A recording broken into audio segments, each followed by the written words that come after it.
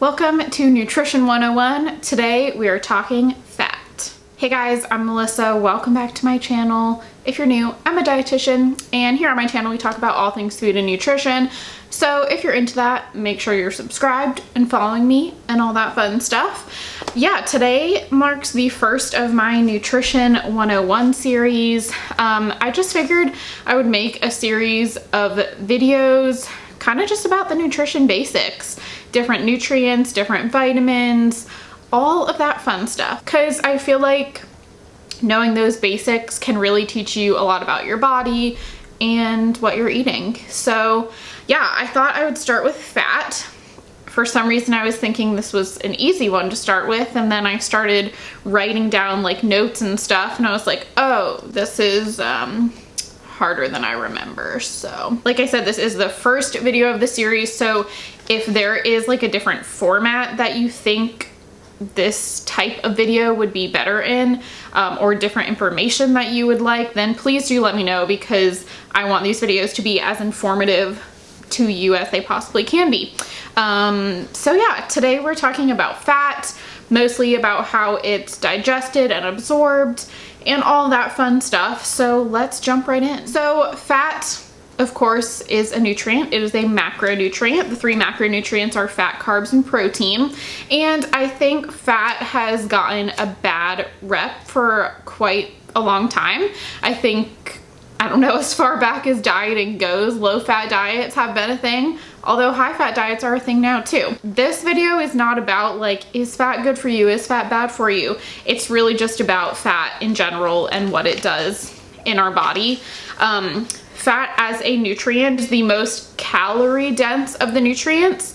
So each nutrient has a different caloric value. Fat is 9 calories per gram. So if you are looking at a nutrition label and something has 2 grams of fat in it, you can then tell that 18 calories are coming from those 2 grams of fat. So I think because fat is so calorically dense, maybe is one of the reasons why it gets such a bad reputation. You know, I think a lot of people still are counting calories and think that lower calorie equals better, and then they see that fat is the highest in calories, so automatically kind of assume it's bad. There are both plant and animal sources of fat, as well as different kinds of fat, and we will talk about some of those different kinds of fat as well.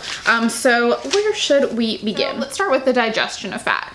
So let's say we just ate a piece of meat. Like all food and nutrients and molecules and all that fun stuff, digestion starts in the mouth when you start chewing it, when the enzymes from your saliva start breaking it down, you're chewing, and it's just kind of breaking it down into smaller molecules.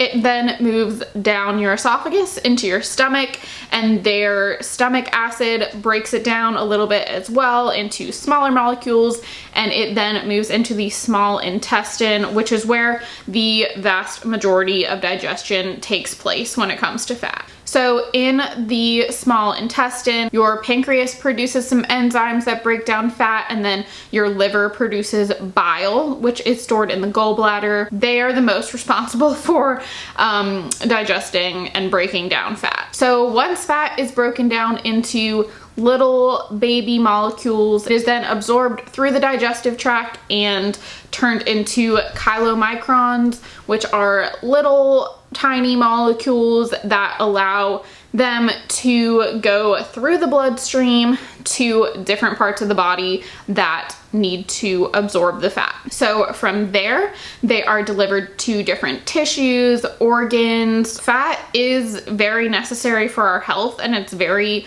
necessary for different systems in our body to run correctly. It's needed to repair cells. It's needed to absorb certain vitamins, fat-soluble vitamins, which we can talk about in a different video.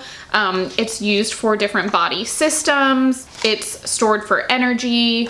It's used for the health of your hair, your skin, your nails, your heart, your brain. So yeah, it's pretty necessary in your body. So like I said, they are used for many things in the body. They're also stored for energy.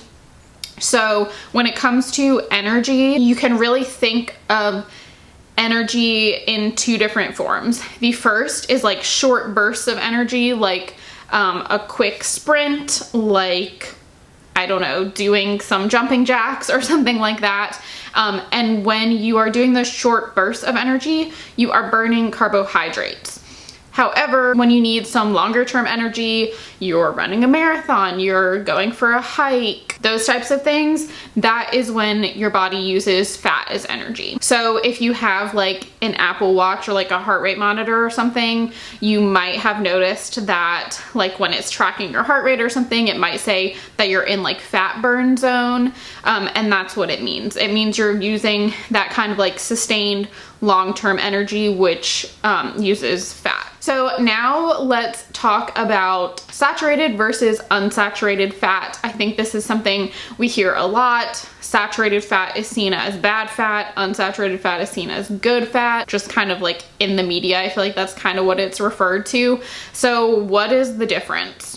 So the big difference is the chemical structure, actually. And without getting too deep into it, I'm gonna put pictures here, but basically saturated fat has no double bonds, meaning that the molecule is completely saturated with hydrogen, whereas unsaturated fats have a double bond, so there are less hydrogens, so it is unsaturated. So the difference with that really happens when these fats are being digested and absorbed. So what happens is the unsaturated fats, that double bond, causes them to not be straight. It causes a bend in the chemical structure so that it doesn't form as tight of a bond with other fat molecules. Whereas saturated fat, since it is pretty much flat, it doesn't have that bend in it, they really can pack it in there and form really tight bonds with the other fat molecules and therefore kind of form a larger molecule. Hopefully that makes sense. Hopefully whatever visuals I have chosen help to show you that. So basically with the saturated fats, since they do form those tighter kind of packed in fat molecules, they are harder to break down in the body.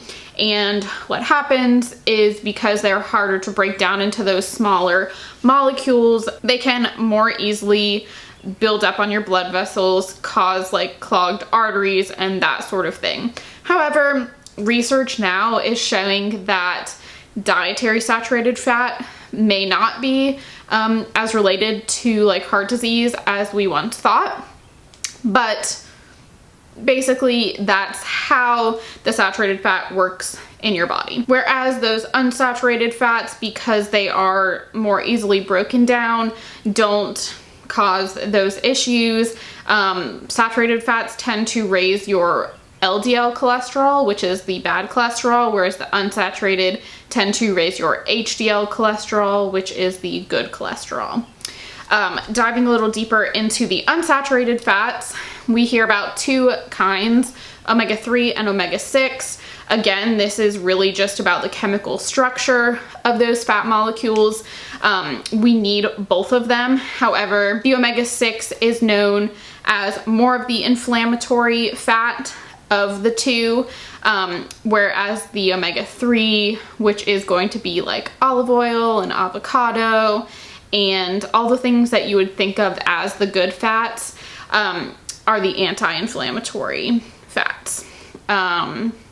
Like I said, we need both of them, and most unsaturated fats that you eat will actually contain both of them, but each food just kind of contains a different ratio of omega-3s to omega-6s. So finally, let's talk about the sources of fat. Since we're talking about saturated versus unsaturated, saturated tend to be more of the animal fats, so like fat on a piece of steak, or bacon, or butter, or whole milk, things of that nature, versus unsaturated tend to be more of the plant oils like olive oil, avocado, nuts, those sorts of things. So those are generally where you would find both of those things. Of course, there are exceptions to that.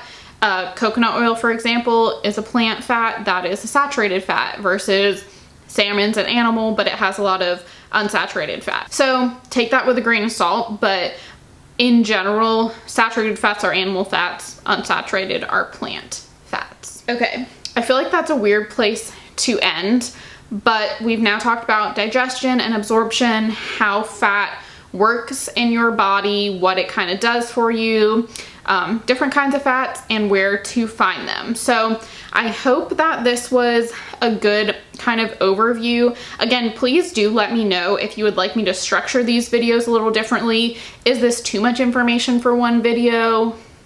Let me know, because like I said, I want these to be as informative as possible. And also let me know what other topics you want me to do. I am planning on doing most of the basics, but if there's anything specific, then let me know and I can get to that sooner.